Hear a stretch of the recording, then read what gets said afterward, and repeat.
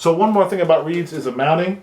So I find that where you place the reed along the tip of the reed with the tip of the mouthpiece, that's big.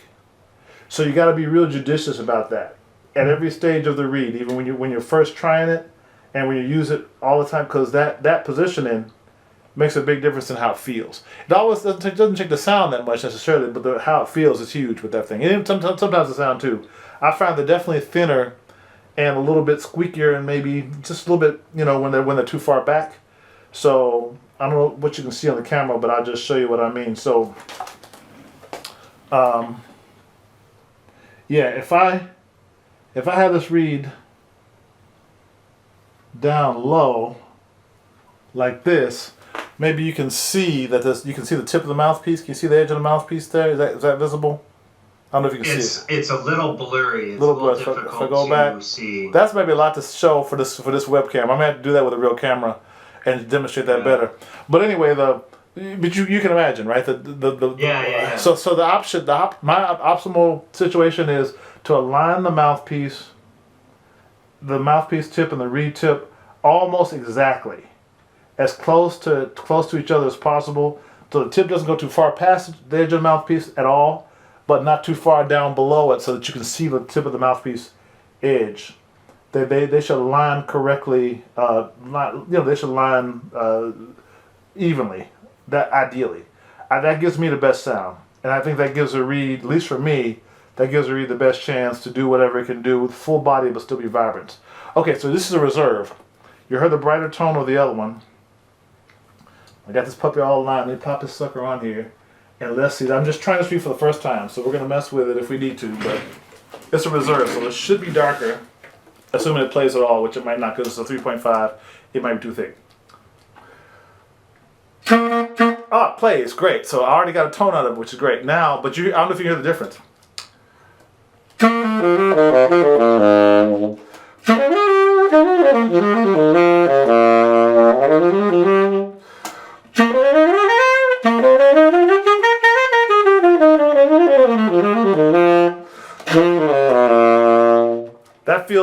It feels quite a bit darker. I don't know if it sounds darker. Does it sound any different? It does. Okay. It sounds like there's more resistance, especially down the bottom end. Oh yeah.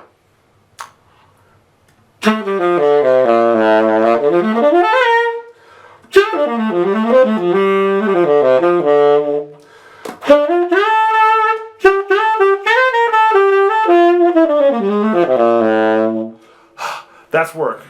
But it actually has a nice sound, but it is, and it's a full body tone, but it's more resistant, it's more dark, less buzzy.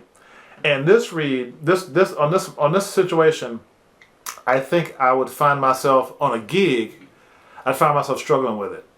Both because of the resistance of it and the tone. It's a dark tone, and darker tones. The tones that are this dark don't tend to project very well in live situations. So what I'm going to do right now, while we're here, I think I have some sandpaper. And I'll just show you what I do. Here's what I really do with reeds. Let's see if I have sandpaper. Oh, here it is. Okay. So I got a little piece of sandpaper here. That's probably about 200 or 150. 200 is usually better. This feels like 150. It might be a little, but I'm gonna go ahead and go for it. What the heck? All I do, and this requires some finesse. So when you try to do this, you practice on some old raggedy reed. Again, get it down to a science. There's two things I do. The smartest thing I do is pull it off and put it on. I have little cedar blocks and put it on a cedar block and sand it on a cedar block. Lately, I've got it down to where I can sand it on the mouthpiece. So here's what I do, and again, carefully, I just lightly sand that puppy all the way to the tip, but in circular motion. Brush that off and take it down a little bit, and that's what I do. Now let's see.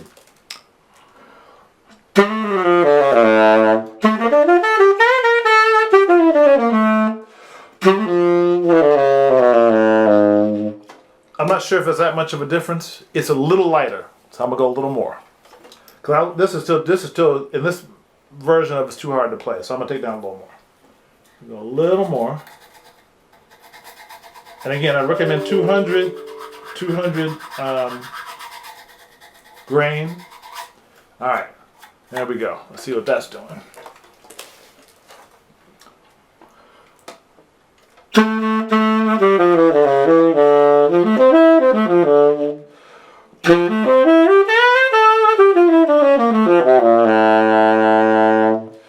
I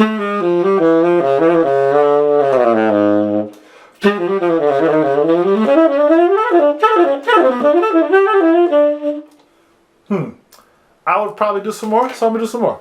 Do one more run. What the heck? Because I'll play this reed for like, as weight is down, I might last 3-4 minutes on it before I'm like, so it's gonna be no fun. So I'm just gonna go ahead and this is a thicker one, so the thicker ones will tend to want to need a little more sanding to get them to vibrate a bit. And I only can get but so much vibration. So once you sand it too much, it'll just die, right? So you got to feel out. It takes a little getting used to see how much to take off when you're sanding them to get it to the point where you can get some vibration, but it's easier to play or whatever. Usually, if your sanding is too thick, right? So then you bring it down some to the point where you feel, okay, I'm getting some pretty good vibration on it. Let me not mess with it anymore until maybe the next day or the next couple days if the reed breaks in. Because especially the first few days, they change quite a bit as they soak or as they get used to being played. They'll change. So I won't set them too much the first day. I go maybe 3 rounds like this, and I'll stop. And then the next day it'll be a different story. So let me see what's happening now.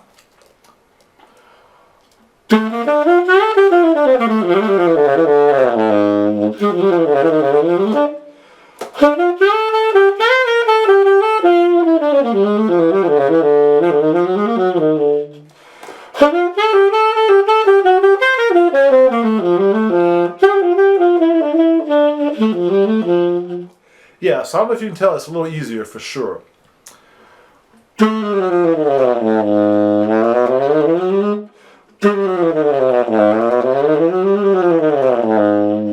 So that's good. That's now for what the reed is, a dark reed. It's pretty playable. So this reed as it is, I can share with this, a little less loud for upstairs, not as good for a gig, too dark for a recording, but good for practice. So now let's A/B this one to the one I was just playing. You can hear the difference. That's a D'Addario Reserve, this particular one, 3.5. Now we get a 3.5 Grand Con. I haven't marked it yet because it's brand new, so there's no marking on it as yet. Okay, here's the DPB I was just playing. Let's see, put this bad boy on. Get the tip lined up. Now, the ideal with this, if you're really smart, is you put your ligature on first and then drop the reed in there. However, I'm not that smart, so I just put the reed, because I'm just used to putting the reed on first and ligature. But you do have less chance of breaking the reed if you put the reed ligature first, then the reed. Just saying. So my technique buddies will give me grief if I don't point that out, even if my own habits are not great. Maybe it's to do as I say rather than not as I do. But I'm in the habit of just putting the reed on first. So just for the record, I'll put that out there, that ligature first, then reed. Okay, dope. So line this up. Okay. All right. So got it. Yeah. All right. So here. This is the Grand Concert DPB. Yeah. Rico. This reed is a D'Addario, by the way, H ligature, just so you know what that is. And like I said, I found them to be reliable. Okay, here we go.